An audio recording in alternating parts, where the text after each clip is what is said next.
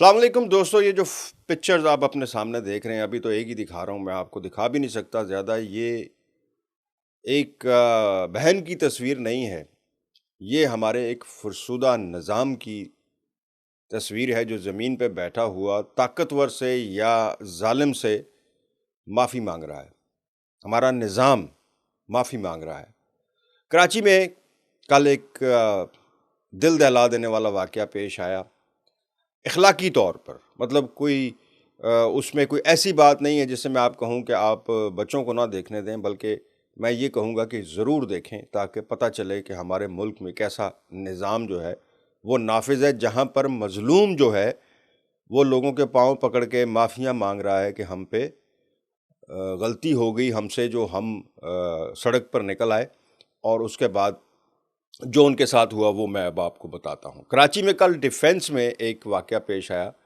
وہاں پہ ایک لگژری گاڑی میں سوار شہزادے، ان کے گارڈز، وہ سڑکوں پر جیسے گھوم رہے ہوتے ہیں ویسے ہی گھوم رہے تھے کہ ایک غریب فیملی، میں اسے بہت زیادہ غریب تو نہیں کہوں، کہ ظاہر ہے اگر وہ موٹر سائیکل پہ گھوم رہے ہیں تو کچھ نہ کچھ تو ان کے پاس بیچاروں کے، لیکن تھے بیچارے اس کے مقابلے میں تو غریب ہی تھے، کیونکہ وہ جو نکلا بعد میں وہ تو میں آپ کو بتاؤں گا۔ وہ موٹر سائیکل پر جا رہے تھے تو کہیں رگڑ لگ گئی، ٹکر لگ گئی ہلکی سی ان کی لگژری گاڑی کو۔ ایکسپینسو گاڑی تھی، جرمن گاڑی تھی، اس کو ہلکی سی خراش آ گئی، یا ہو سکتا ہے کوئی چھوٹا موٹا ڈینٹ بھی پڑ گیا ہو، لیکن خراش ہی بتا رہے ہیں فی الحال۔ اچھا، وہاں پر پھر ان صاحب نے گاڑی روکی، گاڑی روک کے اپنے گارڈز کو، اب اس لڑکے کے ساتھ جس کی وہ بائک جو چلا رہا تھا، جو بندہ، لڑکا تو نہیں ہے بندہ ہے، اس کی چھوٹی بہن اس کے ساتھ تھی، کو 18-19 سال کی، اور وہ زمین پر بیٹھ کر پاؤں پکڑ رہی ہے، کبھی ہاتھ باندھے کھڑی ہوئی ہے اس کے سامنے، اور وہ اس کو، لڑکے کو موٹر سائیکل سے اتار کر اپنی گاڑی میں بٹھا کر اپنے گارڈ سے بھی اور خود بھی اس کو تھپڑ مار رہا ہے، اور شدید قسم کے۔ اور وہ بچی جو ہے، لڑکی بہن، وہ مسلسل اس سے معافیاں مانگ رہی ہے کہ سر آپ اب، اچھا پھر اس نے، میں نے، چونکہ ویڈیوز ہیں یہ ساری نا، آپ سوشل میڈیا پہ جائیں گے، یہ ویڈیوز آپ کو بھری ہوئی ہیں، تو وہ اس کو کہہ رہی ہے کہ سر آپ نے مار لیا، بس اب کافی ہو گیا، اب تو جانے دیں۔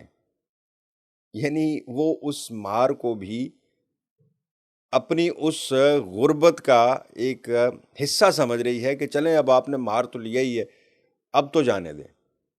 یعنی وہ اس پر یہ بھی نہیں کہہ پا رہی کہ آپ نے کیوں مارا ہے، وہ کہہ رہی ٹھیک ہے آپ نے اپنا غصہ اتار لیا ہے۔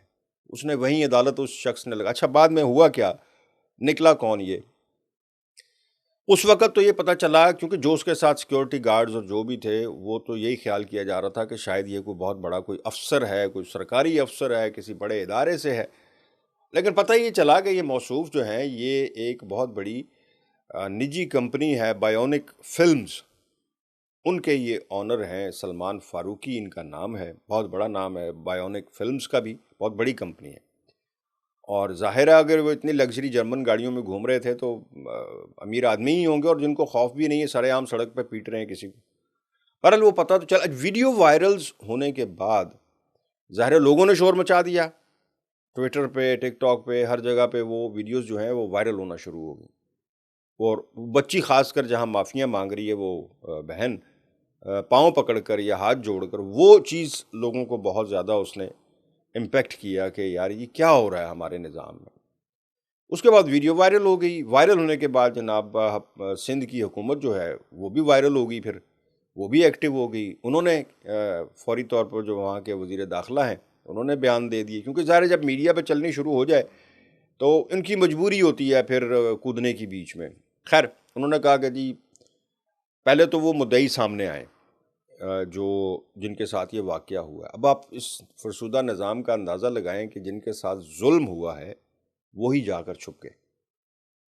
اب انہوں نے ابھی تک پولیس سے رابطہ نہیں کیا، پولیس اس کو تلاش کر لی ہے، اس کے گھر میں تو چھاپے مارے جا رہے ہیں۔ 2 بندوں کو میں آپ کو بتاتا ہوں آگے جا کر کے، 2 بندے اریسٹ بھی ہو گئے، لیکن سب سے پہلے تو وہ مدعی جو جن کے ساتھ یہ واقعہ پیش ہے وہی چھپتے پھر رہے ہیں کہ یار ہم کیسے لڑیں گے اس کے ساتھ، یہ پکڑا بھی جائے گا، ہم رپورٹ کروا بھی دیں گے، اس رپورٹ پش کون کرے گا، اس کو تھانہ کچہریوں میں کون جائے گا، وکیل کون کرے گا، وہ نہیں کر پائیں گے۔ خیر، پولیس جو ہے وہ چونکہ اس بندے کا تو اس کا چہرہ سامنے تھا، اسے پتہ چل گیا یہ کون ہے. اب اس کے دفتر وہ بھاگا ہوا ہے خود. اور دیکھیں آپ، جیسے ہمارا نظام میں ہنسی آتی ہے مجھے کہ اس نے اپنے ایک گارڈ اور ایک ڈرائیور کو پیش کر دیا ہے کہ جناب اینو پھڑ لو، یہ ہیں وہ بندے، اور خود غائب ہے. اب ہوگا کیا کہ یہی دو بندے جو ہیں یہ اپنے اوپر یہ الزام لے لیں گے کہ بھائی وہ ہم ہی تھے، صاحب تو ہمیں روک رہے تھے، صاحب تو ہمیں یہ کہہ رہے تھے، صاحب نے کچھ نہیں کیا صاحب. اب یہ دونوں جو ہیں یہ شاید ان کو 2 4 6 مہینے سزا، وہ بھی مشکل ہی ہے، پہلے ہی ضمانتیں ہو جائیں گی، کیونکہ تھپڑ مارنے کی کتنی سزا مل جائے گی، جو اس کی کتنی لیگلی اگر دیکھا جائے تو اس کی کتنی سزا ہوگی. 2 مہینے 4 مہینے اگر سزا ہوئی، جو کہ ضمانت اس کی تھانے میں ہو جاتی ہے. خیر، اب بھائی صاحب جو ہیں خود وہ غائب ہیں، سلمان فاروقی. اب اس میں سوال یہ ہے بھائی، آپ لوگوں سے بھی میں بھی سوال پوچھتا رہتا ہوں، ان پہ کیس ہو جائے گا، یہ اگر وہ خود بھی پکڑا جائے، جس نے یہ کروایا سارا کچھ، خود سامنے کھڑے ہو کے خود بھی، اور وہاں پہ اگر آپ ویڈیو دیکھیں نا تو وہ جب وہ بچی اس کے پاؤں پکڑ رہی تو وہ اپنے گارڈز کو کہہ رہے تو پیچھے کرو، اس کو ہٹاؤ یہاں سے، لے جاؤ یہاں سے اس کو، یہ تم نے تماشا ہے، تمہارے فلانے کی روڈ ہے، یہ تمہارے فلاں کی روڈ ہے، تم نے سمجھا کیا ہوا ہے، کسی کی گاڑی کو ٹھوک دو گے.